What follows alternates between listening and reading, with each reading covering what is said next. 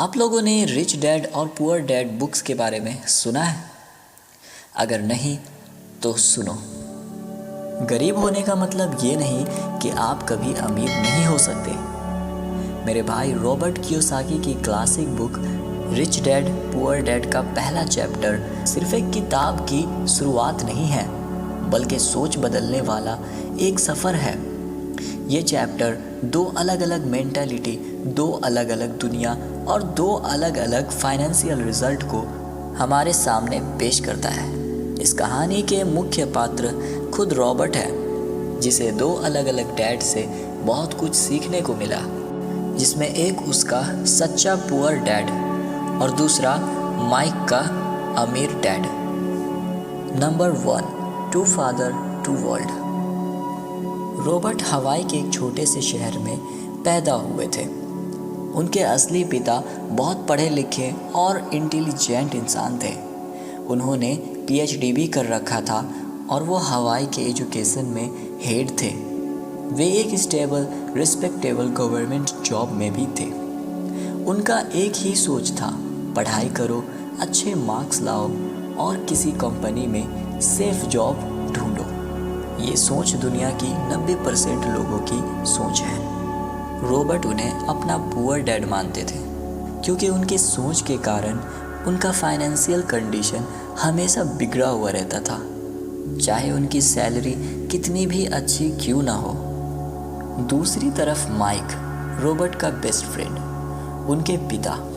उन्होंने 8 क्लास के बाद स्कूल छोड़ दिया था, लेकिन वे अभी हवाई के सबसे अमीर लोगों में से एक हैं, क्योंकि उनकी सोच बिल्कुल अलग थी और इसी वजह से रॉबर्ट उन्हें रिच डैड कहते थे। इन्होंने ही रॉबर्ट को पैसे इन्वेस्ट करना और बिजनेस के बारे में वो सिखाया जो स्कूल और कॉलेज में नहीं सिखाया जाता है। एक डैड के लिए पढ़ाई का मकसद नौकरी ढूंढना है, तो वही दूसरे डैड के लिए पढ़ाई का मकसद पैसे के बारे में सीखना है। Number 2, the beginning of the desire.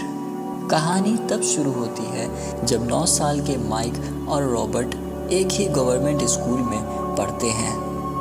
वो दोनों आम मिडिल क्लास बच्चे थे, जिनके पास कोई खास पैसे नहीं थे। स्कूल के दूसरे बच्चे अमीर घर के थे।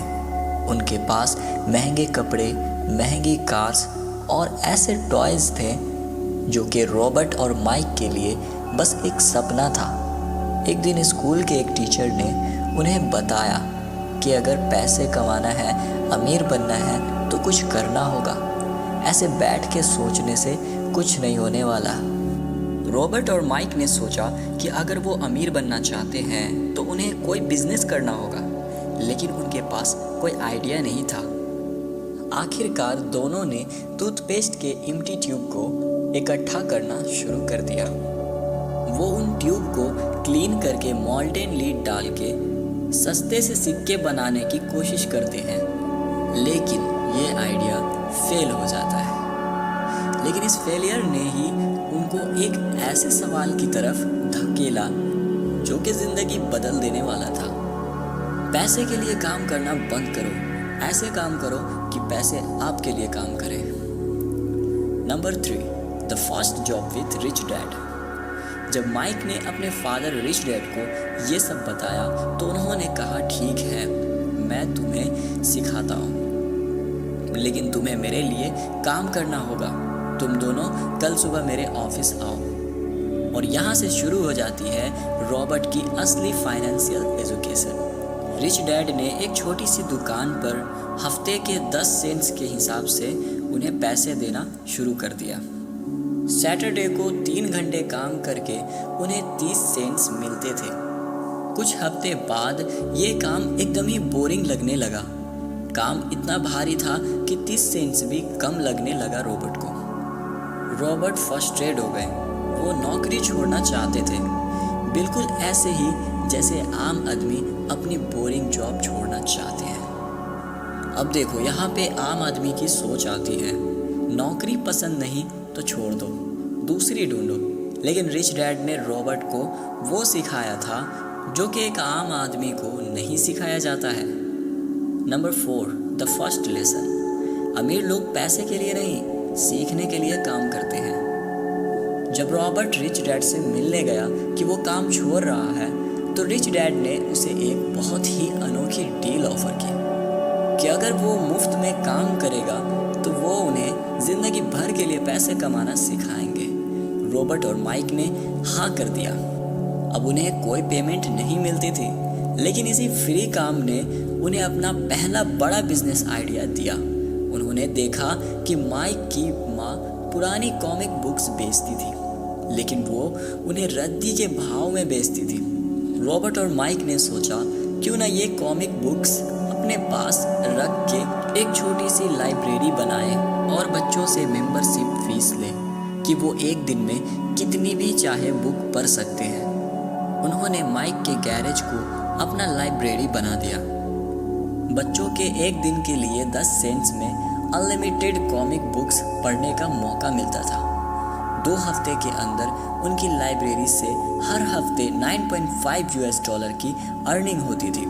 कॉमिक बुक्स फ्री थी और कस्टमर भी आते थे। ये उनका पहला बिजनेस था जहां पैसे उनके लिए काम कर रहे थे, ना कि वो पैसे के लिए काम कर रहे हैं। ये था रिच डैड का पहला और सबसे बड़ा सबक कि अगर तुम प्रॉब्लम को सॉल्व करने की कोशिश करो तो तुम पैसे कमाने का तरीका ढूंढ लोगे। अगर तुम बस पैसे के पीछे भागोगे तो तुम कभी अमीर नहीं बन पाओगे। रिच डैड ने समझाया कि जब रॉबर्ट 30 सेंट्स के लिए काम कर रहे थे, तब वो अपने बॉस रिच डैड के लिए पैसे कमा रहे थे। लेकिन जब उसने कॉमिक बुक्स की लाइब्रेरी बनाई तो उसने एक ऐसा बिजनेस खोला कि वो 24 घंटे 7 दिन पैसे कमा रहा था, चाहे वो उस टाइम सो भी क्यों ना रहा हो। Number 5, the last thing. Rich dad poor dad. इस कहानी का कंक्लूजन ये है कि दोनों डैड की सोच में ज़मीन आसमान का फ़र्क था। पुअर डैड कहते थे इस बिजनेस आइडिया के पीछे मत भागो, रिस्क मत लो, पढ़ाई करो, नौकरी ढूंढो और सेफ रहो। लेकिन रिच डैड कहते थे रिस्क को हैंडल करना सीखो, सोचो कि कैसे कोई चीज़ तुम्हारे लिए पैसे कमा सके।